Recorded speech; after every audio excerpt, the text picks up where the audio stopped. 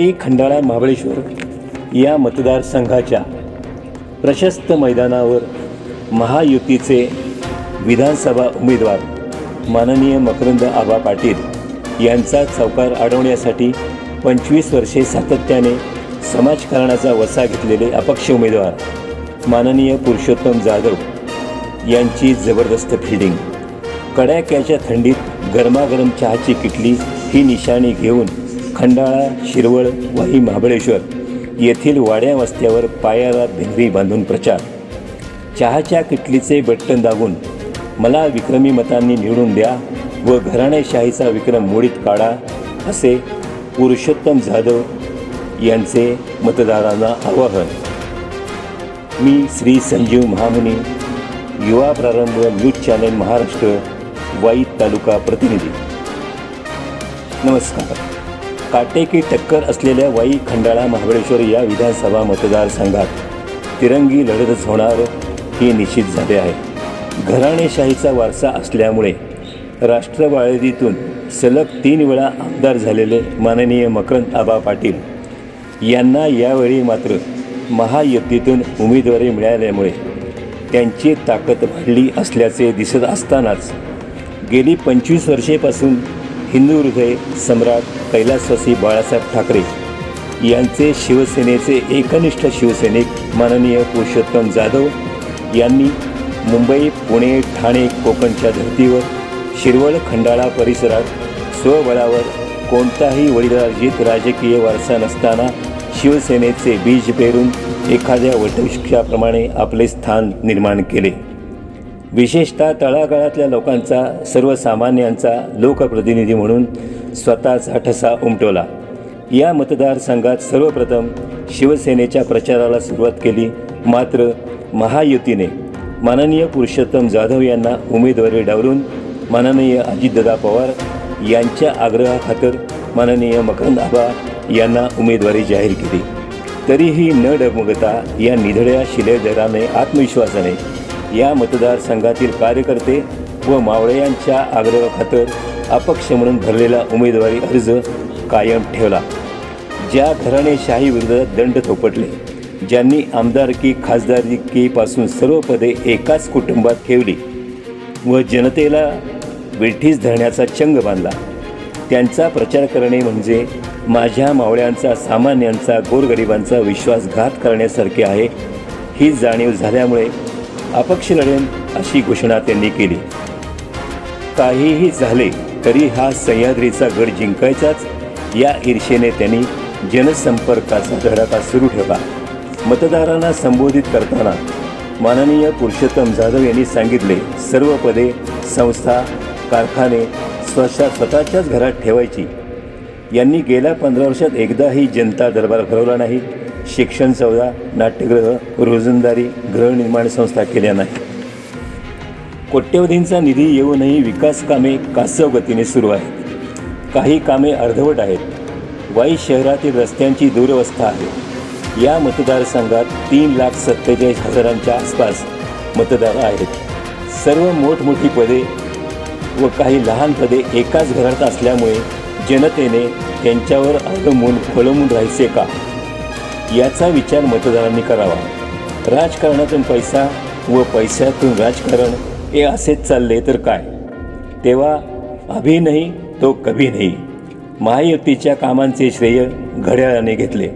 त्यासाठीच मतदार बंधू भगिनींनो, चहाच्या किटलीचे बटन दाबण्यास येत्या 20 नोव्हेंबरला सज्ज राहा व मला आमदार होण्याची संधी द्या। आपल्या मतदारसंघाची जबाबदारी एकदा माझ्यावर सोपवून मला सेवेची संधी द्या असे आवाहन माननीय पुरुषोत्तम जाधव यांनी पोटतिडकीने केले। चहाच्या किटलीचे बटन दाबून विक्रमी मतांनी मला निवडून द्या व घराणेशाहीचा विक्रम मोडीत काढा असे आवाहन त्यांनी मतदारांना केले। धन्यवाद।